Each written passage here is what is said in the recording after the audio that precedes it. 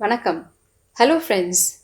In today's Know Your Roots, we will be exploring the connect between the Indus Valley Civilization IVC and our Tamil civilization in terms of linguistics.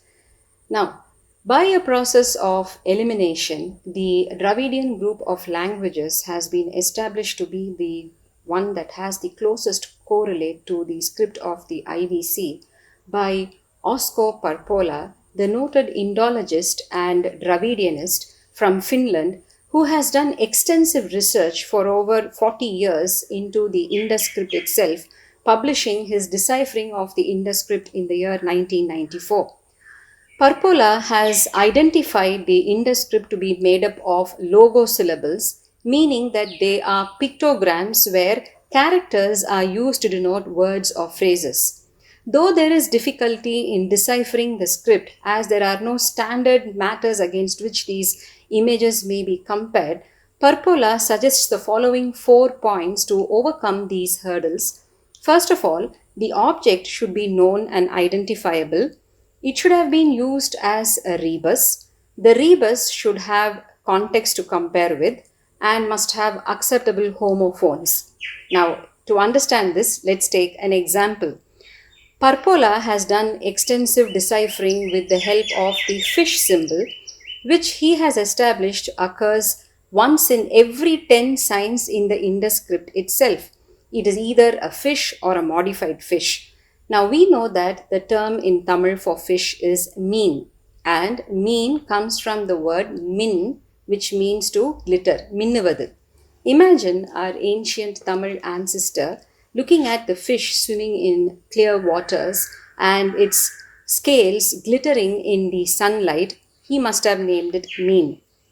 Now imagine him lying in the night looking at the sky above, deep dark blue in color with all those glittering stars, which must have reminded him about the deep dark oceans. He named the stars as Win Mean. So here, mean or the fish symbol is an identifiable object and is a rebus, and now it has a context, the context of the Tamil, where the people have been seafarers and agro-pastoralists and have depended on the moon and the stars and the solar positions to chart their territories. And Parpola also establishes that the ancient Indus people were the ones who developed the old astronomical calendars. So that's said and done. Now look at this sign which has six vertical lines in front of the fish symbol. Six is Aru in Tamil. So you have Aru mean, Arumin, which is the constellation Pleiades, which we know by its name Kartige, Kartige Nakshatram, which immediately brings to our imagination Lord Muruga, who has a very strong connect with IVC and ancient Tamil culture that we will be seeing later. Now, add one more line, Yelu plus mean is Yelumin, which is the Ursa Major. Take another variation of the fish symbol with a diacritic mark on top, which represents a roof, which is May or Mai in Tamil, which also means darkness. Now, this symbolifies the black planet or black star Saturn. Take one more example where there is a tree symbol followed by the star. Now, this has been identified as the Vada Maram, Vada also meaning Vada, which means north, hence the North Star or Pole Star. Now, he goes on with interpretations like this and establishes that the Dravidian language offers the perfect context for reading many of these Indus symbols. And in the last episode, we saw how Henry Heras, the Jesuit priest, did extensive research claiming Dravidian ancestry. Heras also established the presence of Dravidian tribes all over the subcontinent, some of whom still remain to date with their Dravidian names. One example being the tribe of the Meenas in Rajasthan. And how did they get the word Meenas? From mean. Now, when I check this out in Wikipedia, yes, the Meenas tribe get their name from mean, fish. But I was quite surprised that while all of us know that Matsya is the term for fish in Sanskrit, Wikipedia says mean is fish in Sanskrit. Now, so we always need to keep referring back and cross-verifying our sources.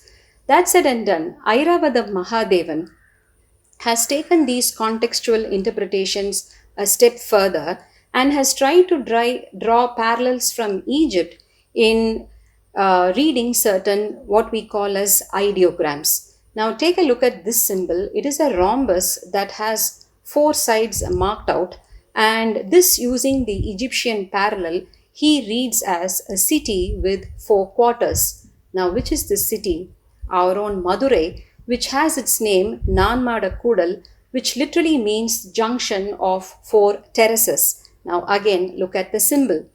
Similarly, there is a very popular Indus script symbol which has been named as the bearer symbol. And here too, taking the Tamil context, bearer means தாங்குதல், பொறுத்தல், பொறை means patience, and this he relates to the Chera titles Irumpore and Pore, where Irumpore means greatness and patience together. He also takes another term which is a variation of the bearer sign, the arrow bearer, as you can see in the symbol shown here, and reads this as Evvi, the chieftain of a Tamil clan. And how does he do that? Evvi in Tamil means Yetram. Yetram, as you know, an old agricultural implement used to pump water into the fields. Again, I'm showing you a picture here, and it sort of symbolifies perfectly the arrow bearer symbol as Yetram and thereby Evvi. So many such interpretations are there, and Parpola also denotes how the Sangam literature, which in itself is the least contaminated by the Indo-Aryan language, offers many references to interpret the Indus script. Now, starting from this point, Balakrishnan IAS, who has published this great work, Journey of a Civilization, that we saw in the previous episode as well, takes the context one step further. Now, we know that the Sangam literary works talk of the city planning, the urban landscapes, broad streets, and magnificent palaces, and it has always been found that there is severe lack of archaeological corroboration for these grandiose visions that the Sangam literature gives us. But on the other hand, the Sangam literature is also known to be a very realistic account of the lives of the common man of its time. Now, having this mismatch in mind, Balakrishnan hypothesizes that probably there must have been a different setting in which carry forward memories were taken through the oral bardic tradition towards centuries later and incorporated in the Sangam text itself. And he proposes that the IVC regions make for a very ideal background for these carry forward memories. Having said that, the starting point of his research work is Tolkapiyam, the oldest extant Tamil grammatical work. And of course, those of us who are familiar with Tolkapiyam know that it has three cantos, எழுத்து, Sol, Porul, where எழுத்து is the study of phonology and Sol is morphology, syntax, how words combine to form phrases. These are all pure grammar. What is of great interest to us is the Poruladhiharam, and Porul deals with life in its various facets, something that no other literature in the world can boast about.